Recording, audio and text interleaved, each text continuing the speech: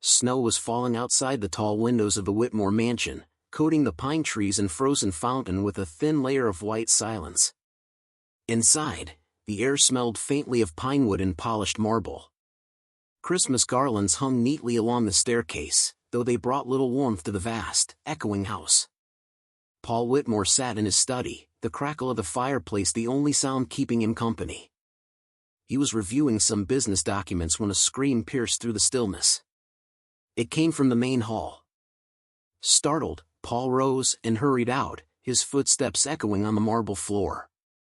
Standing by the grand staircase was Elisa, the new housekeeper, pale as the snow outside, her trembling hand pointing toward a framed photograph hanging on the wall. Her voice broke as she stammered, "Sir, that boy lived with me at the orphanage." Paul froze. "What did you just say?" Elisa's eyes filled with tears. "That child," she said, pointing to the photo again. "He was called Daniel at the orphanage. But I'd never forget that face. I grew up with him until he disappeared when we were 14. Paul's heart seemed to stop beating. The boy in the picture was his brother Matthew, kidnapped 30 years earlier.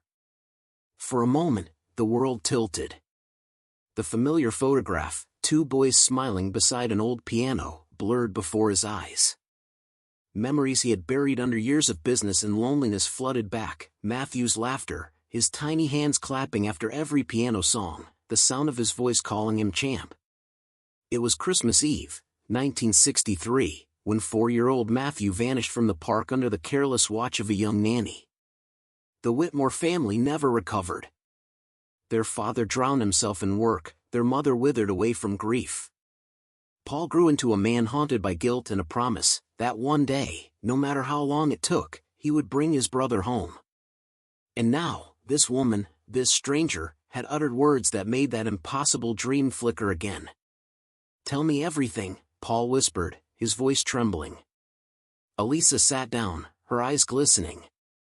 At the orphanage, he said his parents were rich, that he had a big house and a brother who used to call him champion. Nobody believed him. They thought it was just a child's fantasy. But he always drew pictures, a house with a garden, a piano, and two boys holding hands. Paul's vision blurred again. Where was this orphanage? "In St. Mary's home, in a small town in Vermont," she said softly. "He arrived there when he was about 6. They told us his parents had died in a car crash. The woman who brought him said she was a social worker. But she had fake documents. I overheard the sisters talking about it once. The boy's name back then was Daniel Whitman." "Whitman," Paul murmured, the similarity stinging his heart. Elisa continued, "He was kind. Always helping the younger kids. But one day, after a fight with one of the older boys, he ran away. We never saw him again." Paul's throat tightened. He felt both dizzy and alive in a way he hadn't in decades. That night, long after Elisa had gone to her quarters, he sat in front of the fire staring at the photograph. Could Matthew have survived all those years alone? Could he still be alive somewhere, lost, forgotten? Paul decided he would find out. If you believe in kindness, in second chances, and in people who still step up when the world turns away, take a moment to like, comment, and share this video. And don't forget to subscribe to the channel, because what you're about to see will restore your faith in humanity. We'd love to know, where are you watching from? Comment below with your country and region, and let us celebrate the kindness that connects us all.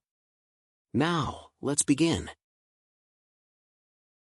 2 days later, he and Elisa drove north through the snow, their car slicing through endless white fields. When they reached the town, the orphanage stood like a relic from another age, its bricks cracked, its paint faded, a ghost of its former self. Inside, they met Sister Margaret, a frail nun with eyes that had seen too much. When Paul showed her the picture, she pressed a trembling hand to her chest. "Yes," she whispered. "That's Daniel. He was such a gentle boy. Always drawing, always talking about his brother. He said one day his brother would find him, no matter what." Paul's hands shook as he asked, "Do you remember when he arrived?" She nodded. sometime in the spring of '65. The woman who brought him said his family had died. We didn't question much back then. There were too many children and too few people to care for them. Do you still have anything from him? Sister Margaret hesitated, then slowly walked to an old wooden chest. From inside, she pulled a small, yellow drawing. Paul unfolded it with trembling fingers. Two boys stood hand in hand before a large house and a piano. At the bottom, in uneven letters, it read, "My name is Matthew Whitmore. My brother will find me someday." Paul broke down, tears falling silently onto the fragile paper. Elisa wept beside him. It was undeniable. He had found his brother's trail. From that day on, Paul abandoned his business meetings and social events.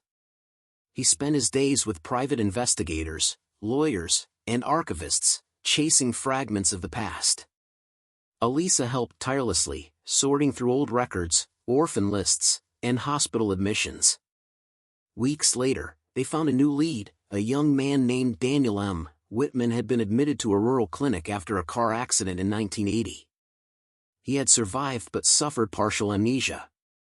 After recovering, he vanished again. Paul's hope reignited. He visited the clinic, where an elderly doctor recalled the young man vividly. He was quiet, said the doctor. Loved to draw. He would sit by the window sketching children and a piano. I kept some of his drawings. Couldn't bring myself to throw them away. Paul leafed through the sketches, children smiling, a garden, two boys beside a piano. The same image, drawn over and over, as if it were the only memory the man refused to forget. The doctor added, before he left, he said something strange, that he needed to return to a place called St. Mary's. He said someone there might still be waiting. Paul's chest constricted. He went back to the orphanage. That night, he and Elisa drove once more through the snow to St. Mary's. The building had long been abandoned. Inside, the air was thick with dust and silence. They wandered through the old dormitories, their flashlights sweeping across peeling walls, until Elisa gasped. On one wall, faint but unmistakable, were childish drawings scratched in faded crayon. Among them was one of a piano, and a sentence that made Paul's knees give way. I came back, but no one was here. Elisa sobbed uncontrollably. He returned, Paul. He came back. Paul pressed his hand to the wall, tears streaking down his face. He was here all along, and I wasn't. The weight of 30 years of loss collapsed over him. But under that pain, a fragile flame of hope still burned. Months passed. Paul refused to stop searching. Then, one night in December, his investigator called. Mr. Whitmore, I think we found him. The man explained that in a small town near Burlington, Vermont, an artist named Matthew Lucas had been painting portraits of children at local fairs. He was quiet, lived alone in a cabin, and his artwork often featured two boys beside a piano. Paul barely slept that night. By dawn, he and Elisa were on the road. The small town was covered in snow, its main street lit with Christmas decorations, red ribbons, twinkling lights, the scent of cinnamon in the air. At the end of the street, an open-air Christmas fair filled the square. Families laughed, carolers sang, and snowflakes glimmered under the lights. Near a wooden stall, a man sat painting a child's portrait. His hair was streaked with gray despite his young face, and his eyes were calm but distant, like someone living halfway between past and present. Elisa froze. It's him, she whispered. That's Daniel, that's Matthew. Paul's steps were heavy as he approached. The man looked up from his canvas, his gaze flickering between them. Do I know you? He asked softly. Elisa smiled through tears. From the orphanage. St. Mary's. I'm Elisa. Recognition flickered for a moment, a spark behind his eyes. Elisa, yes, you used to share your bread with me. Then Paul spoke, his voice breaking. Matthew. The man blinked. What did you call me? Paul took something from his coat pocket, the old, yellowed drawing. "You drew this," he whispered. "Two boys, a piano, and a house. You said your brother would find you one day." Matthew's lips trembled. He reached for the drawing with shaking hands. Tears filled his eyes. "I used to dream about this house, about music playing, about someone calling me champ." Paul stepped forward and took his brother in his arms. "I never stopped looking for you." They clung to each other, crying openly as the snow fell around them. The fairgoers slowed, watching in silence as two men, once lost to each other, reunited beneath the glow of Christmas lights. It was Christmas Day, 1995. In the weeks that followed, Matthew received medical help. The doctors confirmed his memory loss was caused by childhood trauma. Gradually, fragments returned, their mother's laughter, the piano lessons, the warmth of their home.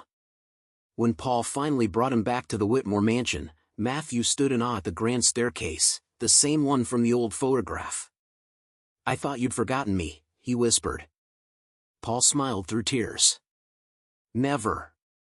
I searched for you all my life." Elisa, standing by the door, added softly, "And you waited for him in every sketch, in every note of memory you kept alive." In that house once haunted by silence, laughter returned. Every evening, Paul and Matthew would sit together by the piano. At first, Matthew only touched the keys tentatively, unsure. Then, one night, a familiar melody filled the air, the song they had played as boys. Paul joined him, their hands moving in unison. The sound echoed through the mansion like a prayer answered at last.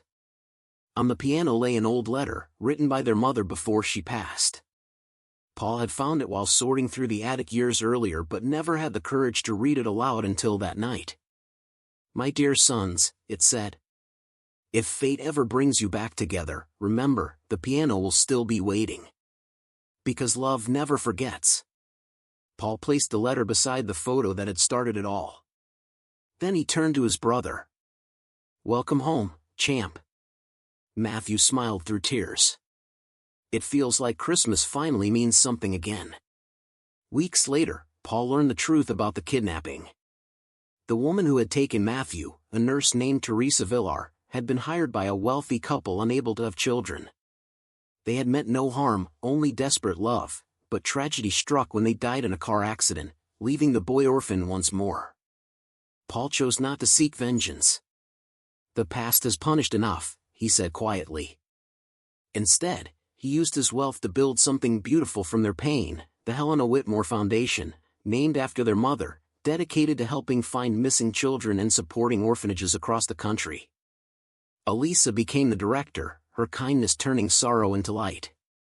And Matthew, now recognized as a talented artist, painted the foundation's logo himself, two boys holding hands in front of a piano.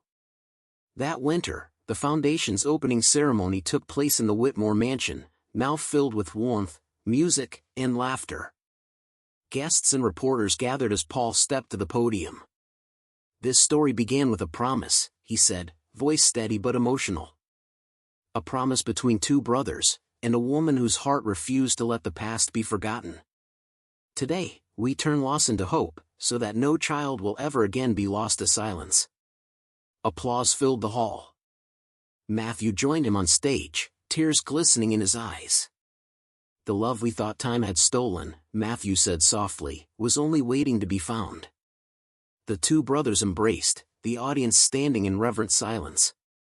Elisa, watching from among the guests, looked toward the portrait on the wall, the same one that had begun everything. For a moment, she swore the two boys in the picture seemed to be smiling. Outside, snow fell gently over the mansion, wrapping it in white peace. The piano played softly in the background, the melody of memory and forgiveness. Because time can fade faces, but it can never erase the love that insists on remembering. Moral of the story: sometimes life scatters us in ways we can't control. Years pass, faces change, and the world convinces us that what we've lost will never return. Yet love, true love, never fades. It waits quietly beneath the surface of time, guiding hearts back to one another. Paul and Matthew's story reminds us that even the deepest wounds can become bridges when forgiveness takes the place of bitterness. Their reunion wasn't just about finding a missing brother, it was about rediscovering the light that grief had buried, the same light that gives meaning to every loss we endure. Christmas, after all, is not about gifts or grandeur. It's about coming home, to family, to faith, to the parts of ourselves that still believe in miracles. Because time may change everything around us, but it will never change the power of love that remembers. Which part of this story touched you the most? Share your thoughts in the comments below. I'd love to read them. And don't forget to subscribe to the channel and turn on notifications, so you won't miss any of our next emotional stories.